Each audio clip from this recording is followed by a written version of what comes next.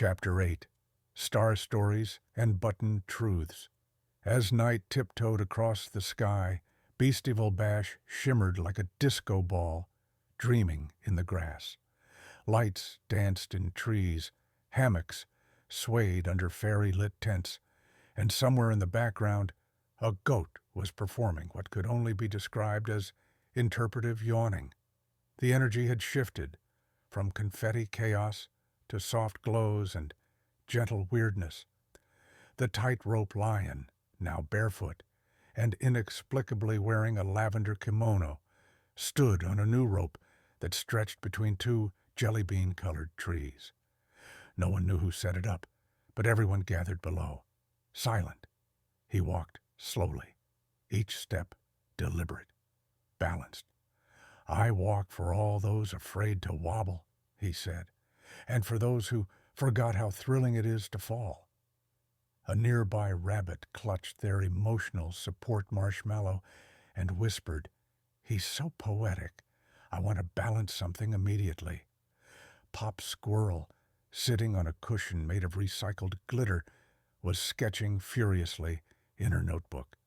She didn't post this time. This one? This moment? She was keeping for herself.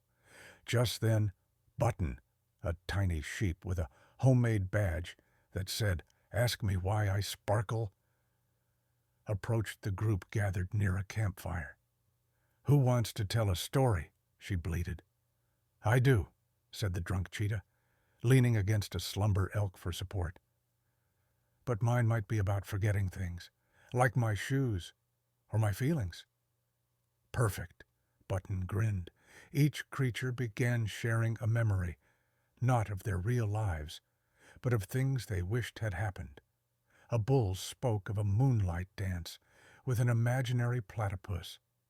A cat recalled a dream where they turned into a pancake and won a kindness contest.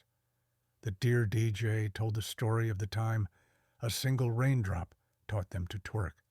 Button listened to them all, nodding with absolute sincerity. Then she stood and said, "What if all our stories were real the moment we told them? Not because they happened, but because we shared them." Bite, who had just wandered into the circle, holding a data stick shaped like a carrot, paused. "Technically inaccurate, emotionally profound," he admitted. Button's badge sparkled. So did her eyes. Suddenly, the crocodile with the bag walked by, dragging a cart filled with mismatched shoes. "Lost and found," she said, with dramatic flair. "Mostly lost, some emotionally." She handed a single sequined boot to the cheetah. He gasped, "My shame boot." "It's time you stepped into it," she said, not unkindly. From the distance, a slow melody began to drift over the meadow.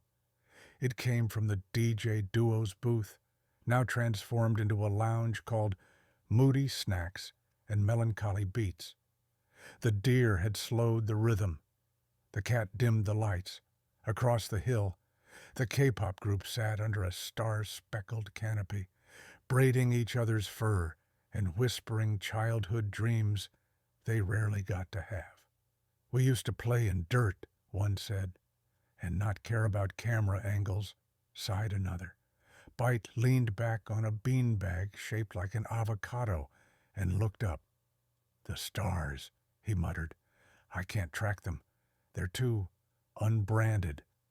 "That's the point," said the easygoing dog in the swimsuit, sipping from a smoothie that had somehow become soup. The lady dog in red joined them quietly, wine glass now empty, paws crossed. "Maybe truth isn't in facts or filters," she said softly. "Maybe it's in moments like these, unposted, unmeasured, unplanned." They all watched as Button stood and raised a stick she called her truth wand. "If you've ever felt weird, wobbly, or wonderful," she said, "tonight you're absolutely home." Cheers. Gentle howls. One loud belch from a goat. Then a single balloon floated by. It said, "No one here is pretending better than you?"